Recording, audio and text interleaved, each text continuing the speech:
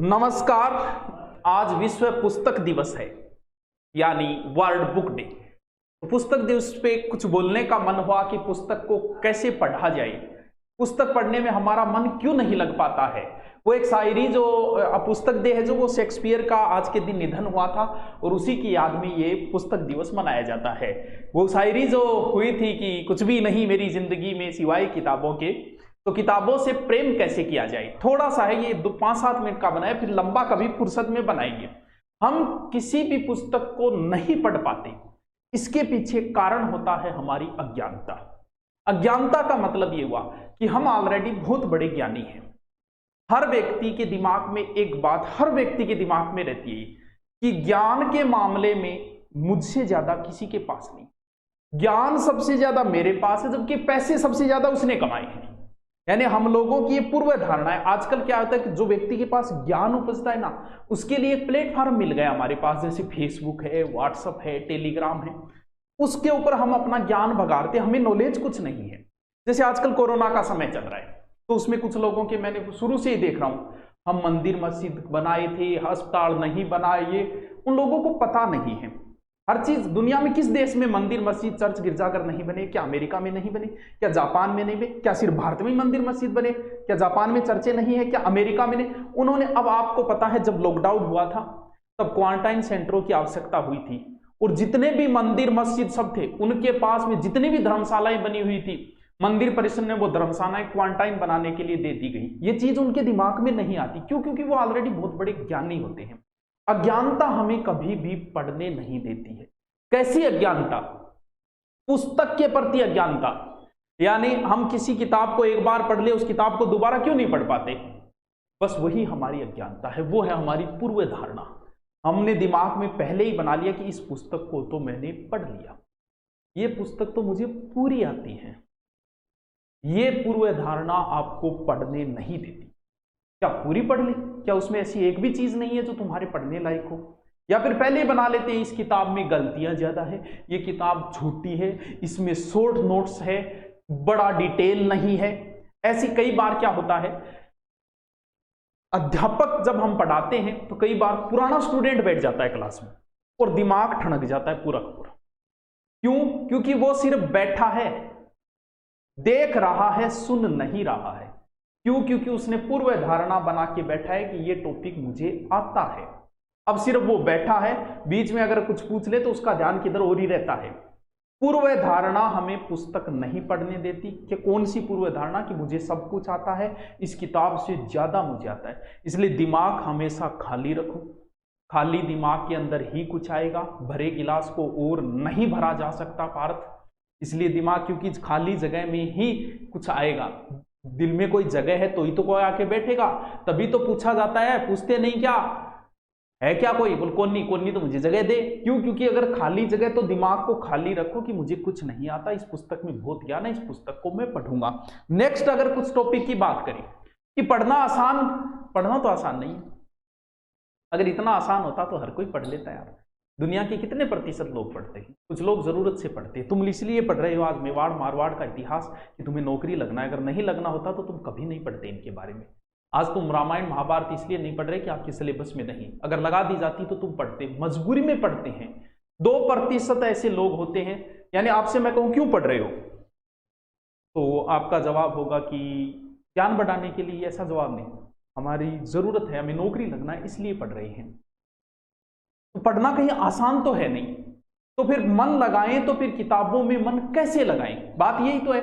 बात यहां मन लगाएं तो किताबों, ये मन जो है ना, वो है तो हमारे वश में ही, लेकिन ये कई बार हमें वश में कर लेता। हमारे शरीर के सभी अंग जो है वो हमारे कहने पे काम करते, हाथ पांव आंखें जो भी है। लेकिन ये मन ऐसा है कि जो कई बार हमसे आगे निकल जाता है, और ये हमें अपने वश में। मन एक ऐसे, अब आपकी बात यहां देखो, मन व मस्तिष्क, ये बड़ा विवाद है कि मन और मस्तिष्क एक ही है कि दो के है। किसी डॉक्टर से कहोगे तो डॉक्टर कहेगा भैया मन नाम की कोई चीज नहीं है। आप मस्तिष्क कहोगे तो मैं तेरा अभी निकाल के दे दूंगा और तेरा हाथ में पकड़ा दूंगा, ये ले मस्तिष्क। लेकिन मन के बारे में मुझे नहीं पता। कुछ विद्वान मन और मस्तिष्क को एक ही मानते हैं, लेकिन हम चर्चा करें कि क्या मन और मस्तिष्क एक ही है क्या? पहले इसकी व्याख्या तो करें। देखो, मार्केट में गई, किसी पुस्तक को आपने देखा, किसी किताब को आपने देखा, देखते ही दिमाग में आया कि ये तो उस लेखक की है। ये बात दिमाग में आई, ये बात आपके दिमाग में आई है, ये पुस्तक। अब आपके मन में कौन सी बात आएगी कि इस पुस्तक को मैं खरीद लूं, शायद मैं नौकरी लग जाऊंगा। ये बात आपके दिमाग में नहीं आई है, ये बात आपके मन में आई है। फिर आई कि इस पुस्तक का लेखक वो है जो वहां पर पढ़ाता है। ये बात आपके मन में नहीं आई है, ये बात आपके दिमाग में आई। मन और दिमाग दोनों अलग चीजें हैं। वैसे मन का कोई अस्तित्व नहीं है शरीर के अंदर, भी फेफड़ा निकाल के दे सकते हैं, DIL निकाल के दे सकते हैं, मस्तिष्क निकाल के दे सकते हैं, लेकिन मन निकाल के नहीं दे सकते। लेकिन फिर भी कहीं ना कहीं ये दोनों चीजें हैं तो अलग अलग। मन हमेशा ये चाहता है कि इजी काम किए जाए। आपको मन उस काम की ओर ले जाएगा जो काम करने में आसान है, क्षणिक सुख की ओर ले जाएगा। कैसे सर?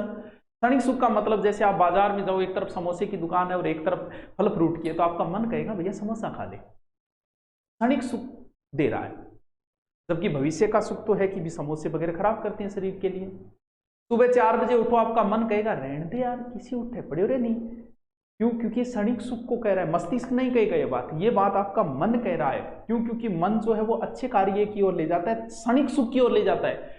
अच्छे कार्य नहीं, क्षणिक सुख। उस समय किस चीज में आनंद प्राप्त हो रहा है? सोने में आनंद प्राप्त हो रहा है, तो मन कहेगा सो, मस्तिष्क कहेगा अरे पढ़ ले। मन और मस्तिष्क जो है उसको परिभाषित अगर हम करें तो दोनों बहुत अलग अलग चीजें हैं। लेकिन साइकोलॉजी में हो सकता है एक चीज मान ली गई हो, विज्ञान के अंदर मन का वैसे कोई अस्तित्व नहीं है। अब बात हम करते हैं कि मस्तिष्क जो है वो भी बड़ा महत्वपूर्ण। वैसे बात करें कि मन को अगर आप थोड़ा सा कंट्रोल करना अगर सीखोगे, कहीं ना कहीं इसके विपरीत चलना पड़ेगा। कुछ दिन विपरीत चलो, फिर इसके समझ में आ जाएगी कि भाई साहब हमारा कहना नहीं मानेंगे। अब जो ये कह रहे हैं वही, सुबह उठने का मन नहीं किया, एक बार इसके विपरीत चलो, उठना शुरू कर दो, बाद में ये कहना ही बंद कर देगा, छोड़ यार ये मानेगा तो नहीं, चलो ठीक है उठ जा भाई तू उठ जा। एक बार इसके थोड़ा सा, या इतना भी बेवफा नहीं है कि आपका कहना ही न माने, धीरे धीरे, क्योंकि ये आपकी शरीर का अंग है, शरीर का अंग है तो एक दिन वो आपका कहना मान लेगा। मानेगा तभी जब आप इसके विपरीत कार्य करोगे, कुछ दिन विपरीत कार्य करोगे। अब मस्तिष्क जो है, मन और मस्तिष्क बता दिया। मस्तिष्क से प्रभावित होती है हमारी आंखें। कैसे? जैसे मैं एक लाइन पढ़ता हूं कि क्या लॉकडाउन खोल देना चाहिए, आप में बहुत सारों ने यही लाइन पढ़ी है। क्यों पढ़ी है? क्योंकि हमारे मस्तिष्क ने इसे लखनऊ शब्द को लॉकडाउन ही समझ लिया। हमारे मस्तिष्क ने आंखों को आदेश पहले ही दे दिया। यहां पर हमारी आंखें जो है वो मस्तिष्क से प्रभावित हो गई। क्यों? क्योंकि हमारे मस्तिष्क में बात लॉकडाउन थी तो आंखों ने वही बात पढ़ दी, जबकि लिखा यहां है कि क्या लखनऊ को खोल देना चाहिए। मस्तिष्क प्रभावित है, मन से प्रभावित है हमारा मस्तिष्क। मन जैसा कहेगा मस्तिष्क वैसा मानेगा। इसलिए किताब की पूर्व धारणा मत बनाओ कि इस किताब से कोई क्वेश्चन नहीं आएगा, इस किताब में इंपॉर्टेंट फैक्ट नहीं है, ये किताब किसी काम की नहीं है, इस किताब का लेखक अच्छा नहीं है, ये किताब मुझे याद है। ये बात अगर आपने मस्तिष्क को बोल दी तो मस्तिष्क उसी अनुसार कार्य करने लग जाए। इसलिए मस्तिष्क को जो आदेश देता है वो मन देता है। इसलिए मन में अच्छे विचार लाओ। तो किसी व्यक्ति के प्रति आप धारणा बनाते हो कि ये व्यक्ति अच्छा है कि बुरा है, वो धारणा आपके मन में बनी है। मन ने आपके मस्तिष्क को आदेश दे दिया कि व्यक्ति ऐसा ही है, और जब वो व्यक्ति आपके कभी सामने आएगा तो आपने तो धारणा पहले ही बना रखी है, वो तो उस हिसाब से ढंग से आप रामनवमी नहीं कर पाओगे। कुछ लोग देख के भी अनदेखा कर देते हैं। क्यों? क्योंकि वो मस्तिष्क में आपके प्रति धारणा ही ऐसी बना चुके हैं। आपके मन ने मस्तिष्क को कह दिया और मस्तिष्क ने वो धारणा बना ली। अब चलिए, मन और मस्तिष्क की चर्चा हुई। मन मस्तिष्क को प्रभावित करता है, ये बात मैं बता चुका हूं। मन को अच्छे आदेश दो, मस्तिष्क को ऑटोमेटिक अच्छे आदेश मिले। इसलिए किताब के प्रति ये बनाओ कि मुझे किताब नहीं याद है, मुझे इससे कुछ सीखना है, मुझे इससे पढ़ना है। मैंने पढ़ी हुई है फिर भी मुझे कुछ ना कुछ नया मिलेगा, मुझे फिर पढ़ना है, मुझे नहीं याद है ये किताब। ऐसे आदेश अपने मस्तिष्क को दो तो मस्तिष्क उन्हीं आदेशों का पालन करेगा। अब बात आती है लास्ट, मनोरंजन और विराम कितना जरूरी है पढ़ाई के लिए। पहली बात तो ये कि मनोरंजन और विराम दोनों अलग अलग चीजें। मनोरंजन का अर्थ ये हुआ कि मन का रंजन, यानी कुछ समय के लिए हम हमारे स्कूल के अंदर 40 से 45 मिनट सेट किए होते हैं। क्यों होते हैं? उसके बाद हर 5-10 मिनट का गैप आता है फिर क्लास। क्यों? क्योंकि 40-45 मिनट के बाद हमारे मस्तिष्क को थोड़ी सी मनोरंजन की आवश्यकता होती है। अगर आप वयस्क हो तो 1 या 1.5 घंटे बाद आवश्यकता होती है। मनोरंजन का मतलब, बहुत सारे बच्चे हैं जो माँ बापों की यह धारणा होती है कि बच्चा अगर खेलेगा तो फिर पढ़ाई में पिछड़ जाएगा। ऐसा नहीं। हाँ, हो सकता है वो नहीं खेलेगा, सिर्फ पढ़ाई करेगा, पढ़ाई में वो आगे जा सकता है, व्यवहारिक ज्ञान में वो नहीं जा पाएगा। इसीलिए जो बीच की कैटेगरी के लड़के ज्यादा सफल होते हैं, ज्यादा पढ़ाकू बच्चे सफल जरूर हो जाएंगे, नौकरी लग सकते हैं, लेकिन उन्हें कभी व्यवहारिक ज्ञान नहीं हो पाता।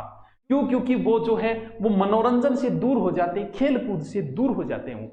इसलिए तो मनोरंजन ज्यादा जरूरी है, नहीं है 5-5 घंटे मनोरंजन ही लगे खेल के, खेल जरूरी होता है 1 या 1.5 घंटे किसी बच्चे के। आवेश को तो इसकी भी इतनी आवश्यकता नहीं है। अब बात आती है विराम देना। मनोरंजन में गीत आ सकते हैं, डायलॉग आ सकते हैं, कॉमेडी आ सकती है और कोई अच्छी शायरी आ सकती है, मनोरंजन है। अब बात आती है विराम। मनोरंजन के अंदर भी दिमाग काम करता है। दिमाग भी हमारे शरीर का एक अंग है। शरीर के हर अंग को विश्राम की आवश्यकता होती है। हाथ काम कर रहे हैं तो उसे भी विश्राम की आवश्यकता है। तो हमारा मनोरंजन के अंदर आपका मस्तिष्क अब भी काम कर रहा है। अगर आप खेल खेल रहे हो क्या आपका दिमाग काम नहीं कर रहा? सर काम तो कर रहा है। तो फिर इस दिमाग को भी तो रेस्ट की आवश्यकता होती है। तो सर हम सोते हैं ना, कोई जरूरी नहीं है कि सो रहे हो तब आपका दिमाग काम नहीं कर रहा। सोते समय सपने जो आते हैं ना उस समय दिमाग काम करता है हमारा, वो एक अलग चीज है। लेकिन अब विराम कैसे दें? जागते मस्तिष्क को विराम देना, यानी जागते मस्तिष्क को रेस्ट देना होता है विराम। सर जागते मस्तिष्क को कैसे देंगे? कुछ नहीं सोचना, कुछ नहीं सोचना ही मस्तिष्क को विराम देना है। मनोरंजन अलग चीज है, मस्तिष्क को विराम देना अलग चीज है। कुछ न सोचना ही मस्तिष्क को विराम देना है। कैसे? जैसे मान लो आप खोए हुए हो। कई बार हम खो जाते हैं, हमें यह भी नहीं पता होता कौन देख रहा है। आज हमने उन्हें जी भर के देखा, न जाने वो किन ख्यालों में खोए थे।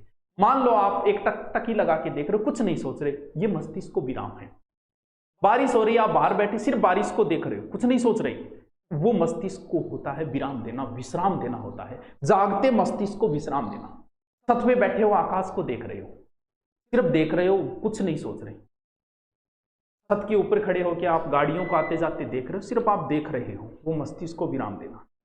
आकाश में तारे देख रहे हो, सिर्फ देख रहे हो, सोच नहीं रहे, वो होता है। अगर सोचने लग गए ना, ये चांद तारे तोड़कर लाना तो मूर्खता की बातें हैं, तू कहे तो पाए ला दूं, ये सोचना है, जबकि आपको विश्राम देना है, सोचना नहीं है।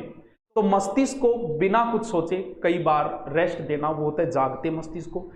सोना भी जरूरी है, मनोरंजन भी जरूरी है पढ़ाई में, लेकिन मस्तिष्क को विराम देना यानी जागते मस्तिष्क को कुछ समय के लिए योग करवाया जाता है। इसके लिए योगाभ्यास बड़ा महत्वपूर्ण, लेकिन योगाभ्यास तो हमें नहीं आता कि जागते मस्तिष्क को किस तरह हम विश्राम दें, वो योग तो हमें नहीं आता। लेकिन हम कुछ चीजें कर सकते हैं, एक टक टक लगाए देखना, आकाश को देखना, चलते साधनों को देखना, या फिर तारों को देखना, बारिश को देखना। ये चीजें जो होती है वो जागते मस्तिष्क को विराम देती है जब हम कुछ नहीं। तो पढ़ाई के लिए जरूरी है अपने मन को तैयार करना। पढ़ना आसान नहीं है, ये बात बोल दी, लेकिन हमें पढ़ना है किसी किताब के प्रति, तो उस किताब के प्रति अपनी धारणा पैदा करो, पूर्व धारणा को छोड़ के। फिर अपने मन को तैयार करो, मन को वश में करो, मन के विरुद्ध कुछ कार्य करो। फिर हमारे मस्तिष्क को तैयार करो, और जब मस्तिष्क तैयार हो गया तो मस्तिष्क हमारी आंखों को आदेश देता है, और हमारी आंखें वही रहेगी जहां हमारा मस्तिष्क चाहेगा। और फिर पढ़ाई के बीच में थोड़ा थोड़ा मनोरंजन। Okay, thank you.